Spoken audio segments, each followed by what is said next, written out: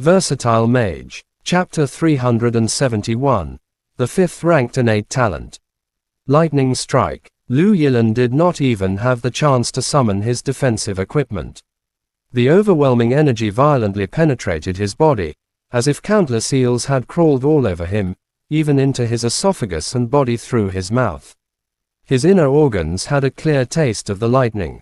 Lu Yilan did not even have the time to scream out in pain. His entire body turned pale white as his face contorted. Apart from the pain, his eyes were staring at Mo Fan, looking rather confused, too. How did he appear so silently? Why was his body covered in a layer of shadow? How was Dongfang Ming, who was considered unbeatable among intermediate magicians, defeated in less than 15 minutes? Hey, I'm keeping my promise. I'll beat you up every time I see you. Mo Fan kicked Lu Yilan as he lay on the ground. Lu Yilan was unable to move. The kick left a size 42 shoe mark on his face. The mud under its sole stank. The sticky feeling from it felt like his face was inches away from a manure pit. Humiliation. Such humiliation. Lu Yilan hated Mo Fan to the bone. Even skinning him and ripping out his tendons was nowhere near enough to vent his anger.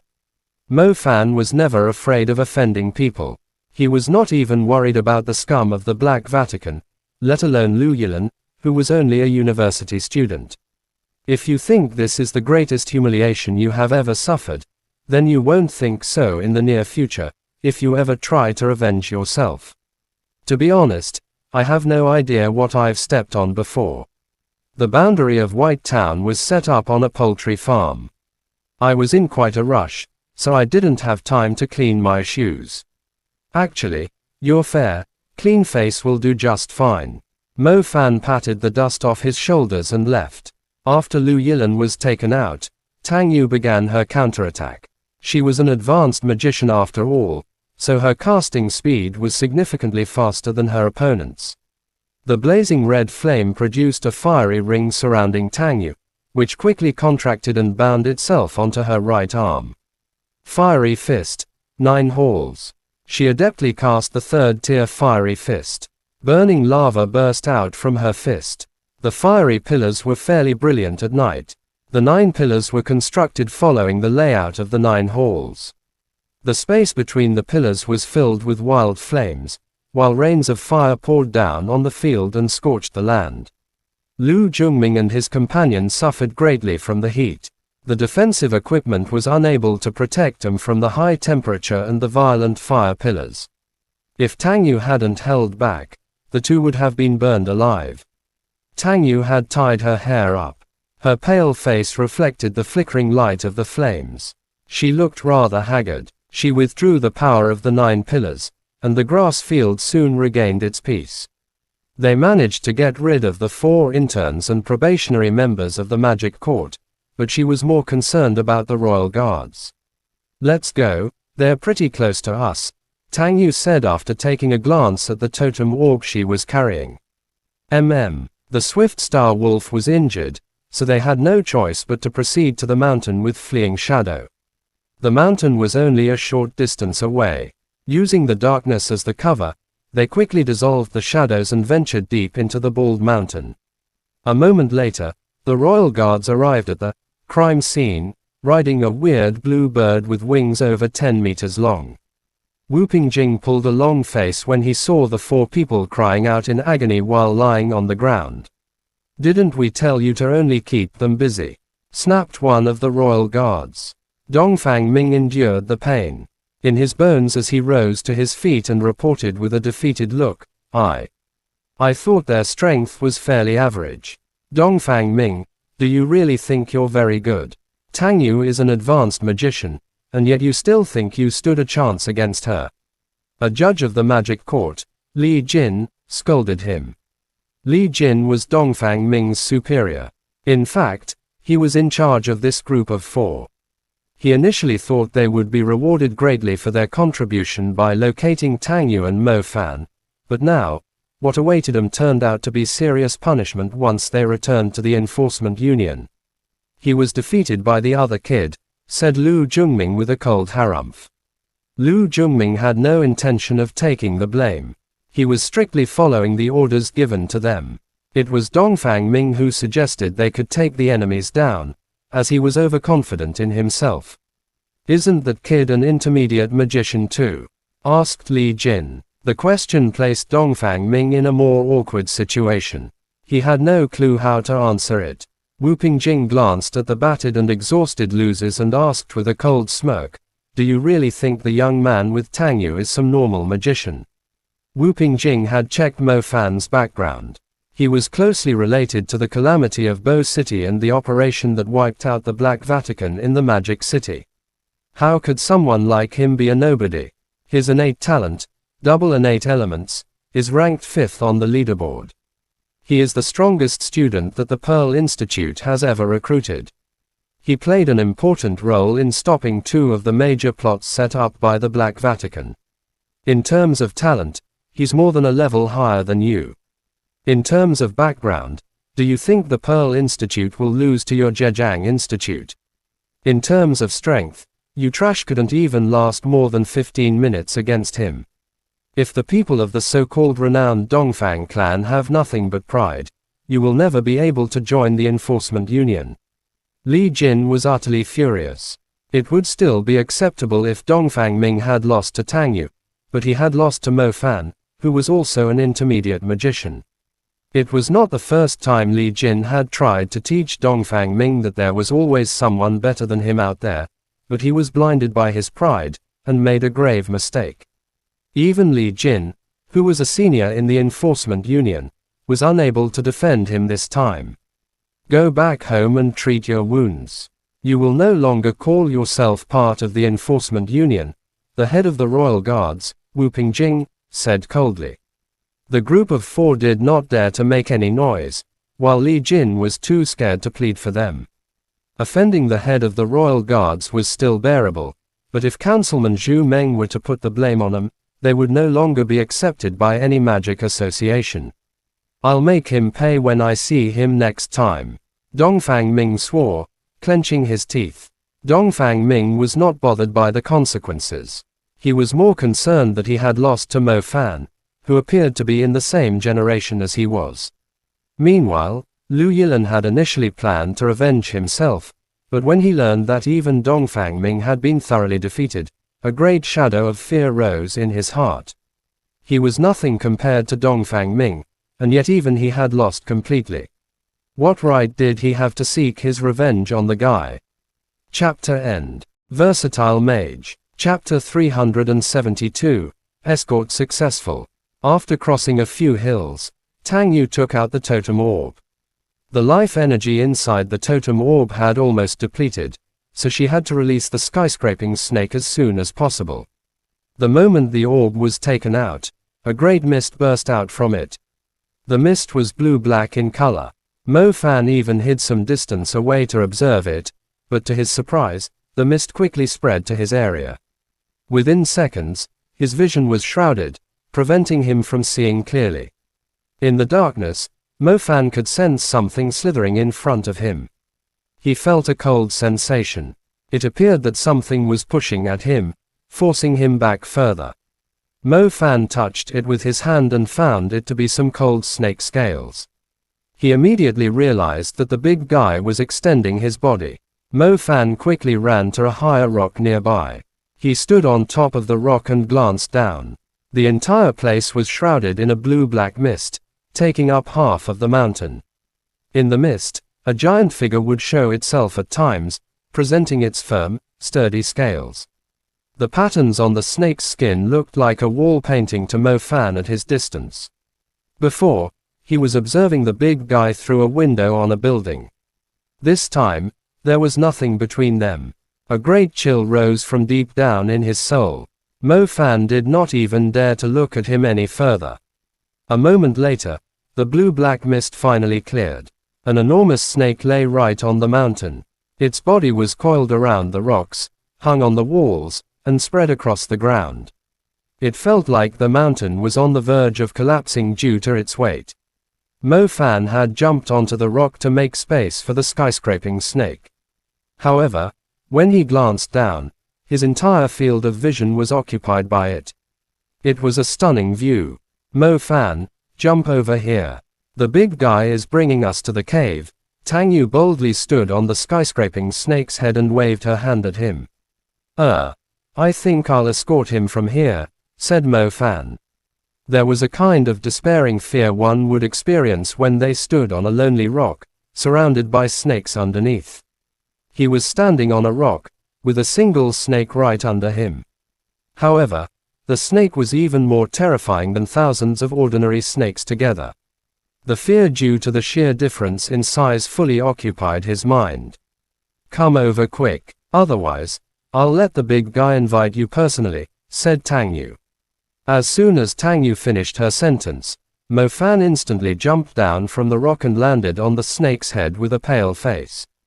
The skyscraping snake's head was spacious enough to build a basketball court on. His remarkably large eyes were staring at Mo Fan. He did not even dare to take a deep breath. Don't worry, he knows that you've helped him in his most crucial time. He won't blame you for stepping on his head. Tang Yu let out a charming smile when she saw Mo Fan's terrified expression. She initially thought nothing in the world could intimidate Mo Fan. If he were being naughty again, she would just let the big guy teach him how to behave. The skyscraping snake hissed. Mo Fan immediately saw a giant red rug swaying wildly in front of him. He almost fell to the ground, onto the snake's head. He's saying thank you, said Tang Yu with a giggle. You're welcome, responded Mo Fan with a forced smile. Let's go, big guy. You're safe now, Tang Yu said as she liked to sit between the skyscraping snake's eyes, waving her fair legs on the beast's forehead. Mo Fan simply closed his eyes, feeling rather uncomfortable. The skyscraping snake slithered across the hills. The backbone of the hills, which seemed quite massive to human eyes, was only a little fold on flat ground for the beast. His body remained stable as he moved past it. Sitting on the skyscraping snake's head, they crossed several hilltops in the blink of an eye, but the truth was, he was moving at a fairly slow pace. After crossing several hills, a relatively huge mountain finally appeared in front of them. The huge mountain was their destination. The hills were only like pieces of rocks in the skyscraping snake's eyes, whereas the mountain was huge enough to be called a hill. It was easy to spot the cave. It was located right at the waist of the White Mountain. The skyscraping snake climbed along the mountain walls and soon arrived at the entrance of the cave. It was not necessary to describe the size of the cave, since it was able to contain the skyscraping snake within it. In fact, Mo Fan was not too inclined to follow the snake into it. The cave was fully covered in darkness, so it was impossible to tell if there were any beasts living inside it. It was said that the cave extended in all directions like a maze. Not only did it connect several mountains together, one could also access the underground realm from the cave. It was not exaggerating to say there was a pack of demon beasts living inside it. Big guy, rest up now.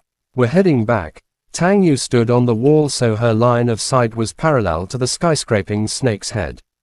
The skyscraping snake hissed, as if he understood what Tang Yu was trying to say. Oh, you better give me some of your blood, said Tang Yu. The skyscraping snake bent backward slightly and bit his body with his fangs, leaving 2 huge holes. He took a sip and sucked quite an amount of blood from them. That's too much. Tang Yu waved her hand. Mo Fan was left speechless. The totem beast was rather straightforward. The blood he had sucked up alone could give Tang Yu a blood bath. What are you planning to do with his blood? Mo Fan was confused. The plague is getting serious. We might be able to find the source of the plague from his blood, and use it to produce the serum, said Tang Yu. The plague had been bothering Tang Yu throughout the journey. Now that the skyscraping snake was safe, her priority was to deal with the plague. The skyscraping snake's poison was mainly from his blood, so if she could bring his blood back, assuming that he was truly responsible for the plague, the blood would be useful in finding the cure. You've got to be kidding. We tried so hard to escape, and now we have to find a way to go back. Mo Fan was not sure if he should be laughing or crying. What else should we do? We can't just ignore the plague. We don't have to do anything. The royal guards will be here soon. They will bring us back, said Tang Yu. Is there a better way? I'm afraid that they will try to get even with us along the way, said Mo Fan. We're running out of time. A minute wasted might mean another person catching the plague. Let's hope the blood will work, said Tang Yu. If it works, it would prove that the beast is responsible for the plague. That way, Councilman Zhu Meng will be even more determined to eliminate him. Chapter End. Versatile Mage. Chapter 373. Misfortune does not come singly. In the quarantine zone set up for the plague, rows of beds were arranged under white tents. The beds were filled with patients covered with blisters on their arms and faces. Dark specks were visible on their extremely dry skin, but regardless of how much water they drank, it did not provide relief to the pain they were experiencing. Instead, more unknown liquid burst out from the blisters. The cries of agony rose one after another in the area. They consisted of the elderly, adults, and kids. The adults were immersed in fear of the unknown plague. They glanced at the healers walking past them, hoping they would be treated. Unfortunately, even the experts were totally clueless about how they could help them. Meanwhile, the innocent kids were enjoying themselves playing chase between the beds. They clearly had no idea what was awaiting them. Outside of the quarantine zone, several respectful people in the medical field were seated in a temporary meeting room made from tents. Instead of discussing how they could help the patients, they were actually counting down the time left for the infected people. They had never felt so helpless before. Mr. Liu, we only have 3 days left.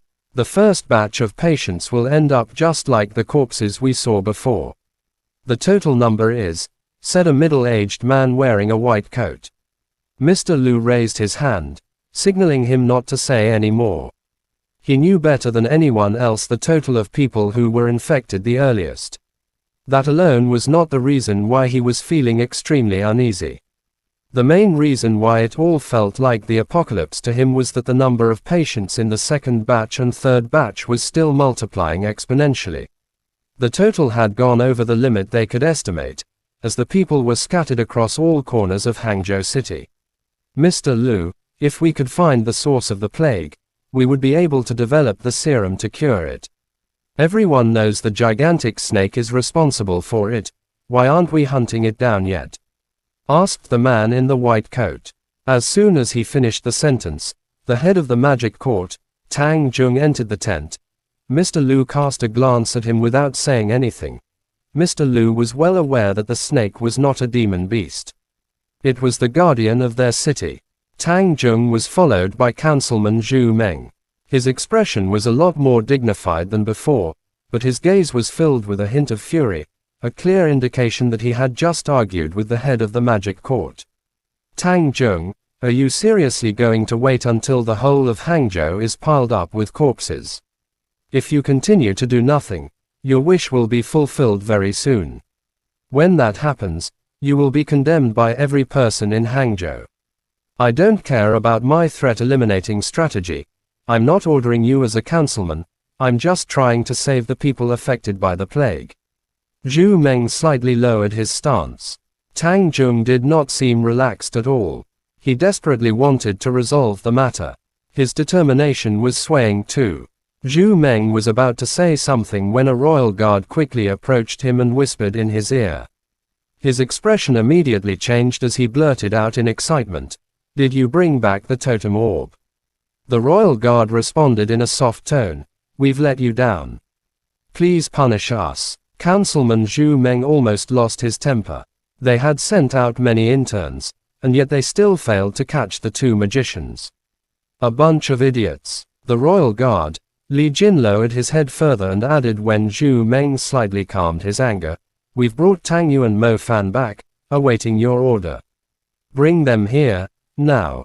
A moment later, Tang Yu and Mo Fan, who had surrendered themselves, were brought to the quarantine zone.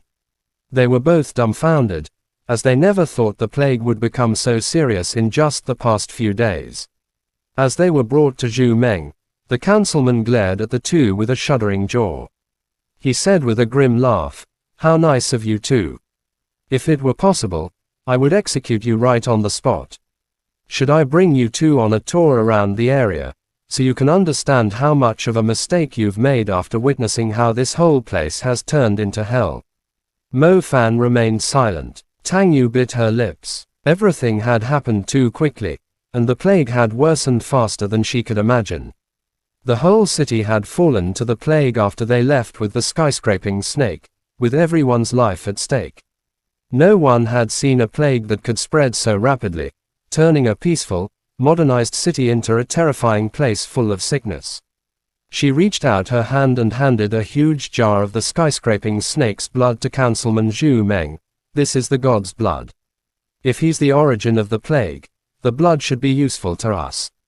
Zhu Meng signaled at Mr. Lu, who quickly received the blood and went to the lab with his team. They only had 3 days left to develop a serum. Guards, lock 'em up, ordered Zhu Meng. Li Jin immediately took them away. As soon as they left, a man wearing the outfit of a commander quickly came into the room. He saluted at Councilman Zhu Meng before whispering a piece of news into his ear. What did you just say? Councilman Zhu Meng stared at him. The crowd immediately shifted their attention toward Zhu Meng when they saw his abnormal reaction. They could not imagine what news it would be to bring such a great shock to him. We've just received the news from the fortress. The situation is extremely critical. Councilman, please hold a meeting to assist us with the ambush, said the commander. All right, Zhu Meng nodded in disbelief. I'll send the order at once. When Wu Pingjing, the head of the royal guards, saw Zhu Meng's reaction, he asked, Councilman, what's going on? Misfortune does not come singly, for fuck's sake. Councilman Zhu Meng let out a sigh. He did not even have time to tidy his beard, disheveled from the wind. The commander realized that everyone in the room was considered authority figures, so he quickly announced the shocking news. The fortress close to West Ridge, to the west of Hangzhou City, has just told us that a huge group of white magic falcons has appeared. They were hungry, berserk, and fearless. No matter how we've attacked them with magic, they show no intention of retreating, and were flying straight toward the city. Tang Zheng's face filled with astonishment. From what he knew, a huge pack of white magic falcons was residing in West Ridge. However, they had always stayed within their territory, compared to the other demon beasts. Tang Zheng could not understand why the pack of white magic falcons would ambush Hangzhou all of a sudden. It was fairly rare for the demon beasts to launch an attack at a city, especially when Hangzhou City was heavily guarded.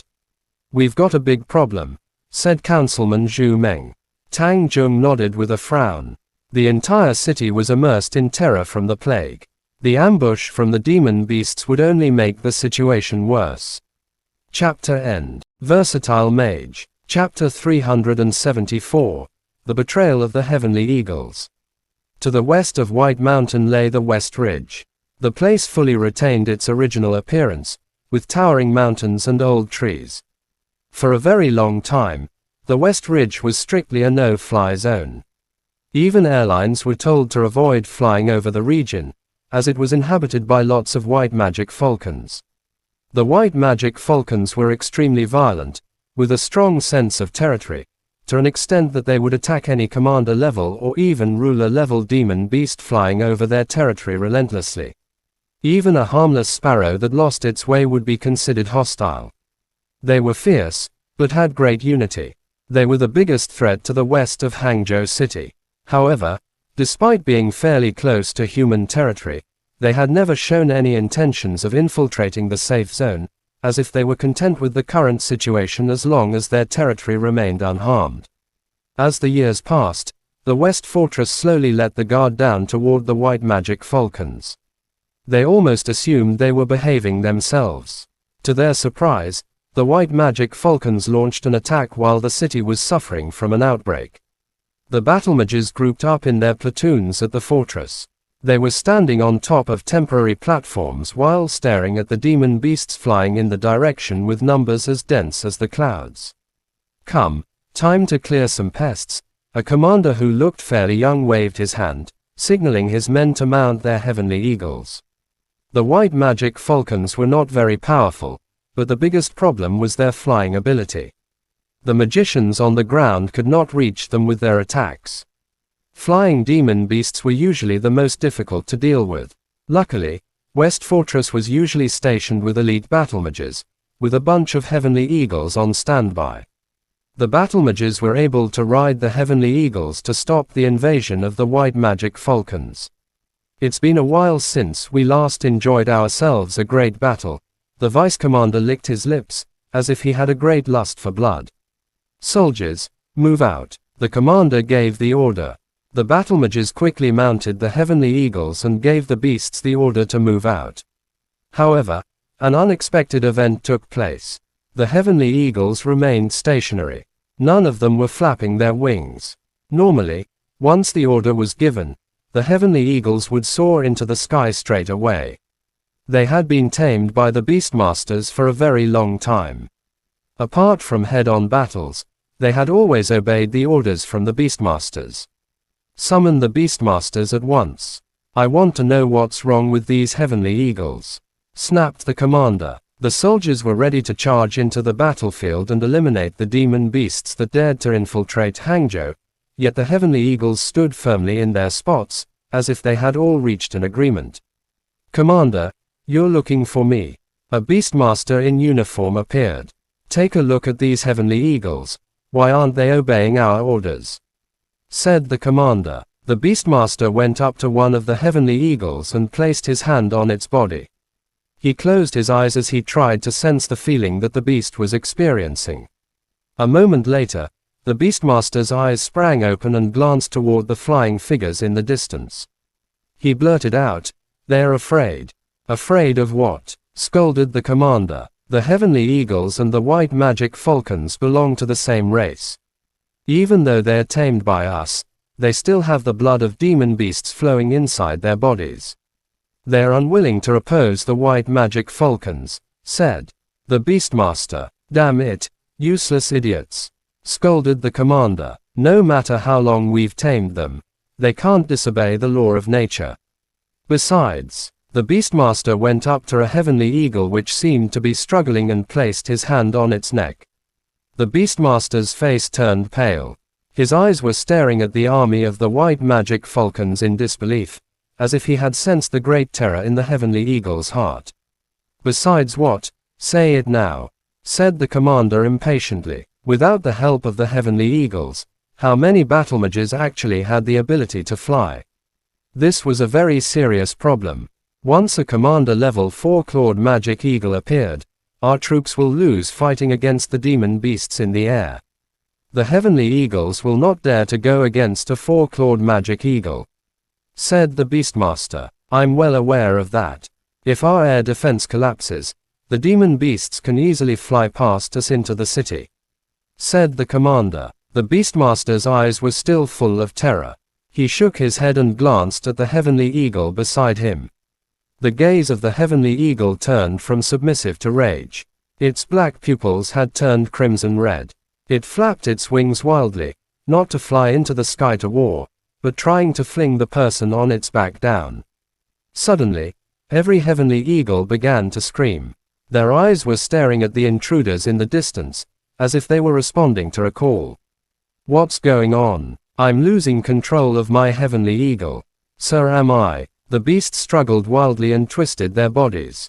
If it weren't for the chains tying their legs down, they would have already flown into the air. "They're turning. They're betraying us," yelled a rather experienced soldier. "What?" The young commander quickly glanced at the heavenly eagles and saw their pupils changing color. They were resisting violently, some even attacking the soldiers. "This is bad." The beastmaster had totally lost control of the situation. "What exactly is going on?" yelled the young commander. The heavenly eagles had always been submissive. Why would they start a rebellion today? Didn't I mention that if there was a commander level 4 clawed magic eagle nearby, these heavenly eagles subconsciously fear the demon beast, as they possess a lower lineage? However, if a ruler level demon beast of the eagle species were to appear, they would betray us straight away due to its overwhelming presence, shouted the beastmaster, his face pale. Ruler level. The young commander totally lost his calm when he heard the term.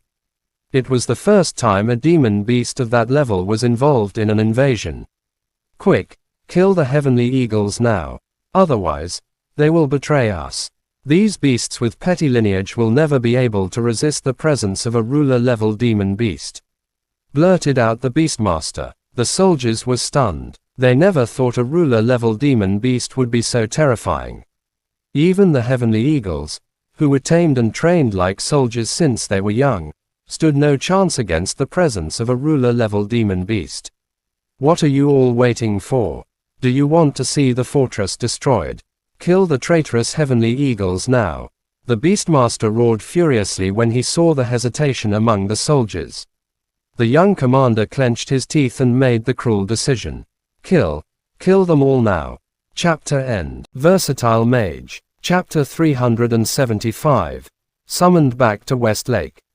A 17-year-old teenager sat at the edge of the 9th lookout tower of West Fortress. He was carefully blowing a flute. The melody was utterly pleasant. It had a unique, countryside rhythm. As the melody played, a gray-white heavenly eagle in its growing stage flew out from the trees and landed beside the teenager.